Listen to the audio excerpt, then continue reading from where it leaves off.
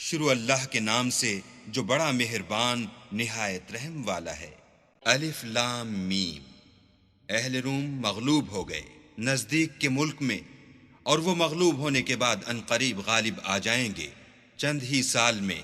پہلے بھی اور پیچھے بھی اللہ ہی کا حکم ہے، اور اس روز مومن خوش ہو جائیں گے، یعنی اللہ کی مدد سے۔ وہ جسے چاہتا ہے مدد دیتا ہے، اور وہ غالب اور مہربان ہے۔ یہ اللہ کا وعدہ ہے، اللہ اپنے وعدے کے خلاف نہیں کرتا، لیکن اکثر لوگ نہیں جانتے۔ یہ تو دنیا کی ظاہری زندگی کو جانتے ہیں اور آخرت کی طرف سے غافل ہیں۔ کیا انہوں نے اپنے دل میں غور نہیں کیا کہ اللہ نے آسمانوں اور زمین کو اور جو کچھ ان دونوں کے درمیان ہے ان کو حکمت سے اور ایک وقت مقرر تک کے لیے پیدا کیا ہے، اور بہت سے لوگ اپنے پروردگار سے ملنے کے قائل ہی نہیں۔ کیا ان لوگوں نے ملک میں سیر نہیں کی؟ سیر کرتے تو دیکھ لیتے کہ جو لوگ ان سے پہلے تھے ان کا انجام کیسا ہوا۔ وہ ان سے زور قوت میں کہیں زیادہ تھے، اور انہوں نے زمین کو جوتا اور اس کو اس سے زیادہ آباد کیا تھا جو انہوں نے آباد کیا، اور ان کے پاس ان کے پیغمبر نشانیاں لے کر آتے رہے، تو اللہ ایسا نہ تھا کہ ان پر ظلم کرتا، بلکہ وہی اپنے آپ پر ظلم کرتے تھے۔ پھر جن لوگوں نے برائی کی ان کا انجام بھی برا ہوا، اس لیے کہ اللہ کی آیتوں کو جھٹلاتے اور ان کی ہنسی اڑاتے رہے تھے۔ اللہ ہی خلقت کو پہلی بار پیدا کرتا ہے، وہی اس کو پھر پیدا کرے گا، پھر تم اسی کی طرف لوٹ جاؤ گے۔ اور جس دن قیامت برپا ہوگی گناہ گار نا امید ہو جائیں گے، اور ان کے بنائے ہوئے شریکوں میں سے کوئی ان کا سفارشی نہ ہوگا، اور وہ اپنے شریکوں سے نامعتقد ہو جائیں گے۔ اور جس دن قیامت برپا ہوگی اس روز وہ الگ الگ فرقے ہو جائیں گے۔ تو جو لوگ ایمان لائے اور عمل نیک کرتے رہے وہ بہشت کے باغ میں خوشحال ہوں گے، اور جنہوں نے کفر کیا اور ہماری آیتوں اور آخرت کے آنے کو جھٹلایا وہ عذاب میں ڈالے جائیں گے۔ تو جس وقت تم کو شام ہو اور جس وقت صبح ہو اللہ کی تسبیح کرو، یعنی نماز پڑھو۔ اور آسمان اور زمین میں اسی کی تعریف ہے، اور تیسرے پہر بھی، اور جب دوپہر ہو اس وقت بھی نماز پڑھا کرو۔ وہی زندہ کو مردے سے نکالتا اور وہی مردے کو زندے سے نکالتا ہے، اور وہی زمین کو اس کے مرنے کے بعد زندہ کرتا ہے، اور اسی طرح تم دوبارہ زمین میں سے نکالے جاؤ گے۔ اور اسی کے نشانات اور تصرفات میں سے ہے کہ اس نے تمہیں مٹی سے پیدا کیا، پھر اب تم انسان ہو کر جا بجا پھیل رہے ہو۔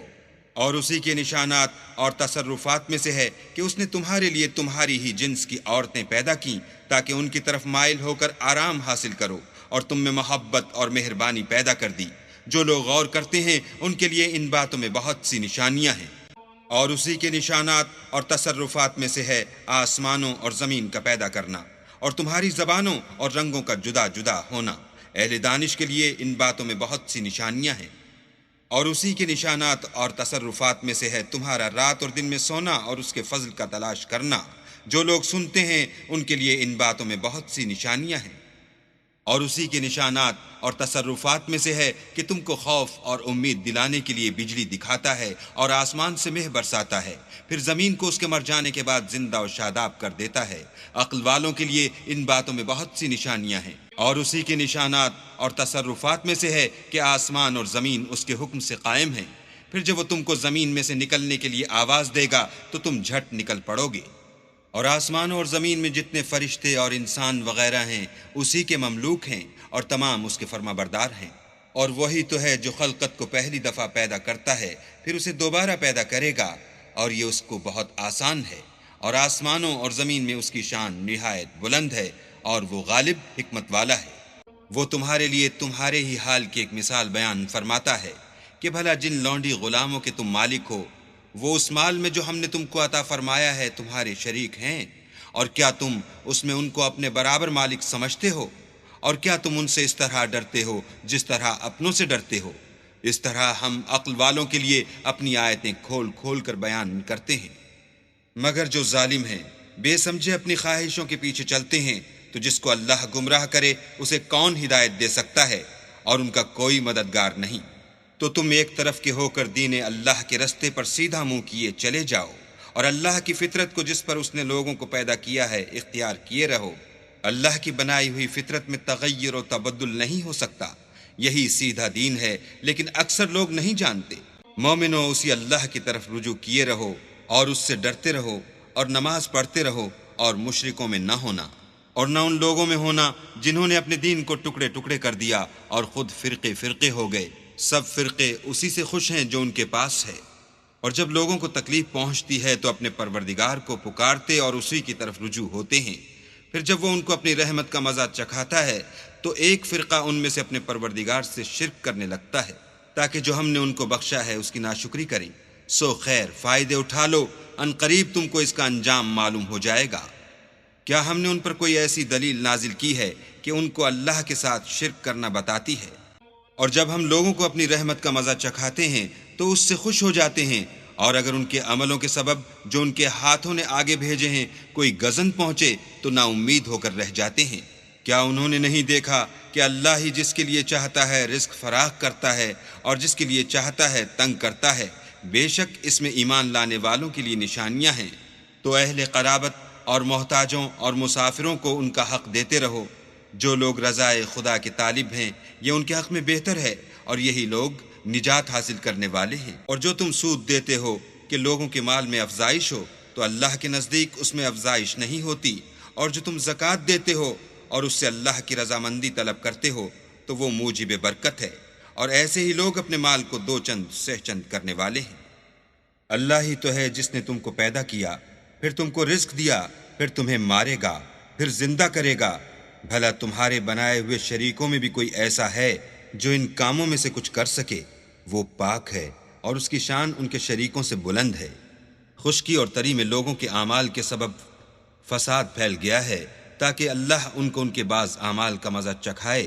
عجب نہیں کہ وہ باز آ جائیں۔ کہہ دو کہ ملک میں چلو پھرو اور دیکھو کہ جو لوگ تم سے پہلے ہوئے ہیں ان کا کیسا انجام ہوا ہے، ان میں زیادہ تر مشرک ہی تھے۔ تو اس روز سے پہلے جو اللہ کی طرف سے آ کر رہے گا اور رک نہیں سکے گا، دین کے رستے پر سیدھا منہ کیے چلے چلو، اس روز سب لوگ منتشر ہو جائیں گے۔